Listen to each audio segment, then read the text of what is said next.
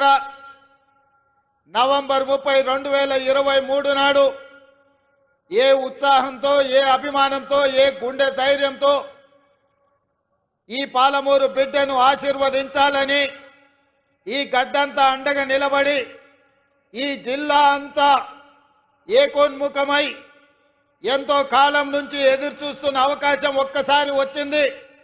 దీన్ని జార విడుచుకోవద్దని మీరు అండగా నిలబడ్డ రోజు ఇవాళ. ఈ సందర్భంగా మీ ఎదురుగా నేను చెప్పదలుచుకున్నా, పాలమూరు జిల్లా నల్లమల అటవీ ప్రాంతంలో ఒక మారుమూల గ్రామం కొండారెడ్డిపల్లి అనే ఒక చిన్న గ్రామం నుంచి ఒక రైతు బిడ్డగా బయలుదేరిన నేను ఈ జిల్లా కష్టాలను చూసిన, ఈ జిల్లా కన్నీళ్లను చూసిన, ఈ జిల్లా నుంచే పారుతున్న కృష్ణమ్మ గలగలలు చూసిన, కన్న బిడ్డల్ని తల్లిదండ్రుల దగ్గర గుడిసెల దగ్గర వదిలి వలసబోతున్న పాలమూరు బిడ్డల్ని గుంపు మేస్త్రీలు భార్య భర్తల్ని మేటీలుగా పెట్టుకొని తీసుకెళ్లి బొంబాయికి వలస తీసుకుపోతుంటే 6 నెలల పసిబిడ్డల్ని కూడా తల్లిదండ్రుల దగ్గర వదిలేసి జంటలుగా వలసలు పోతున్న వాళ్ళ కన్నీళ్లను నేను కళ్ళతో చూసిన.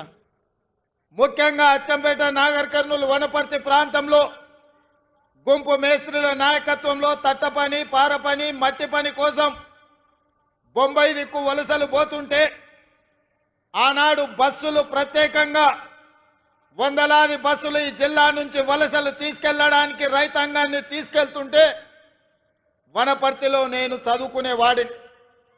ఆ రోజు నేను అనుకున్నా, ఏదైనా ఒకరోజు మనకు రాకపోతుందా, ఎల్లకాలం ఎప్పుడు ఇట్లనే ఉంటుందా, ఒకరోజు మనకు వస్తుంది. ఆనాడు నేను నాకు అవకాశం వస్తుంది అనుకోలేదు.